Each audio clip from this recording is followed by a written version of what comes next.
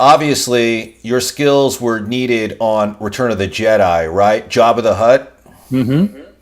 And so your phone rings, right? And that job is on the other line. How does that work?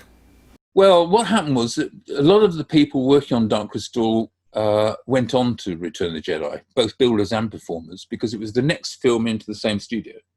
And George Lucas and Jim Henson were quite close. George would actually turn up and watch some of Dark Crystal. I mean, he'd already used Yoda, for instance. It wasn't the creature shop that made Yoda, but Jim was definitely an advisor on Yoda, and Frank Oz performed it. And one of the people that helped Frank was Dave Barclay. Now, Dave Barclay is a serious puppeteer, I mean, that's what he does. He both builds puppets and performs them. And his family knew my dad. They were all in the same puppet world. But I'd never really taken it on board, whereas Dave was really quite serious about it. But mostly in films, he was building them. Anyway, he got offered the job of chief puppeteer for Jabba. And they said it's like a two-man submarine, like a two-man thing. And they asked him who he wanted for his co-pilot, and he asked for me. Now, I didn't know this at the time.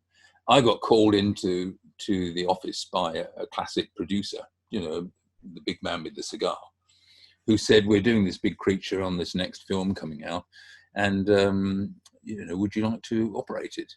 Now, I just assumed it was another background character. I mean, I was pleased, of course, more work, but I just assumed that, like Dark Crystal, it was going to be a big creature in the background. I had no idea that it was going to be Jabba's palace, that he was going to do scenes with all the principals, and that it was going to be a puppet operated by several people.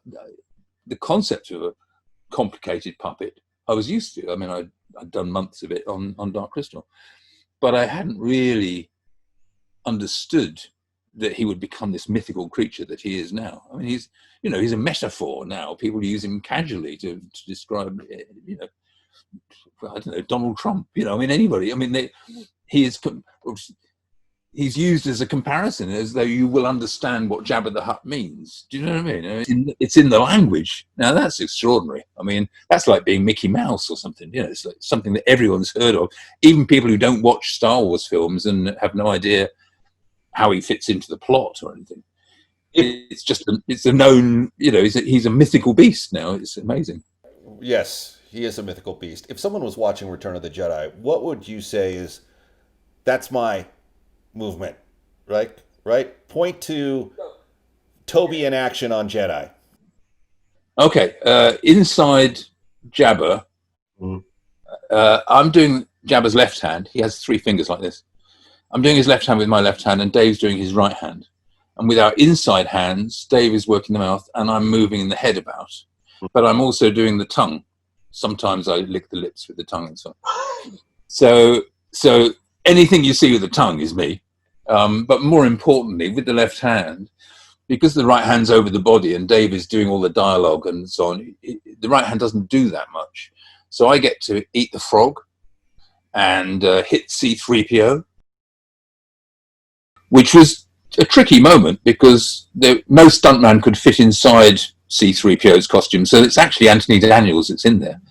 And if I'd got it wrong, I would have delayed filming by injuring one of the major players. So I had to go out and talk to the fighter ranger and say, you've got to understand, I can't see what I'm doing.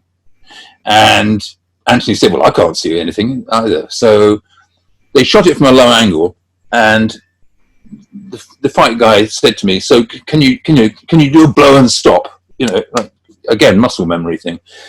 And I said, yeah, I can do that. It's got to go fast, but it's got to stop suddenly.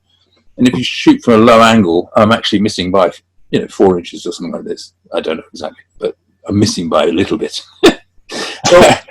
Yeah, so then I have to, when we're shooting it, they go 3, 2, 1, and I do the blow, and Anthony flings himself backwards.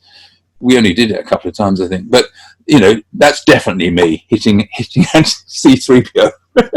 Did you have a moment, Toby, where you're sitting inside the Jabba suit, you and the team of 4, 6, 8 other puppeteers, however many it was, and you're just moving this tongue and the mung and all this stuff, and you're sitting there? Do you ever have a moment where you go, this is show business, baby. This is what it's all about right here? Yeah, this is, I mean, you know, it's that thing of, is this a job for a grown man?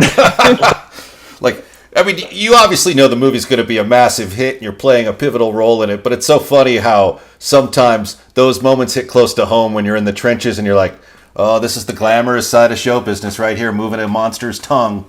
Oh, yeah. I mean, you know, we would look at each other. Dave and I are quite good friends, but, you know, we're sitting next to each other in this shell, like a little tiny cave. Sometimes Mike Edmonds was behind us, little guys, so three of us in there. And it's all, you know, there's bits of string and wire hanging down. It all smells of glue and latex and paint and all that stuff. And we spent the whole day in there. You know, we would just occasionally exchange looks. You know, this is ridiculous. Right.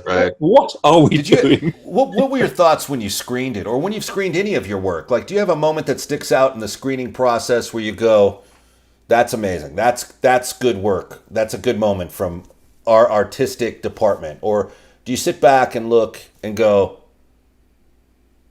are you blown away by this, or are you just kind of like, matter of fact, it's a job? I didn't get to see rushes, dailies, as you say. I didn't get to see them on Star Wars, so I hadn't seen what Jabba looked like at all.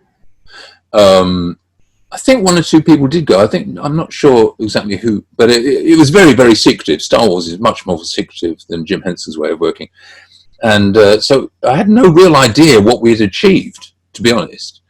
And when we were invited to the showing about a year or two later, I guess it was, I was pretty excited. And meeting up with all the crew, of course, meeting up with everyone that we knew from the thing, and then seeing it on a big screen with Dolby sound. And you know, now the first thing was that we had done the dialogue in English. Dave had done the script in English, and they dubbed it into Huttese and put subtitles on.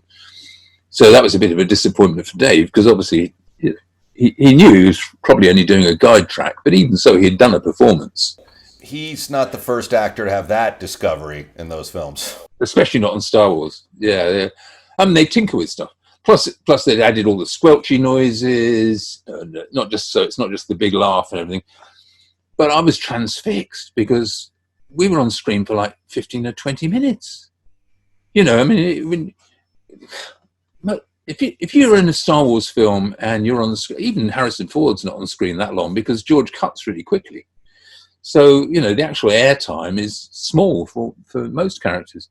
Jabba dominates that whole opening sequence. I mean, I don't know if it's true, but somebody said to me that the reason it goes, that Jabba's palace is there, plot-wise, is to bring all the principal characters back together again, because at the end of the second movie, they're all scattered around the universe, you know. So, yeah, you've already got Princess Leia there, and you've got Harrison Ford in the carbonite.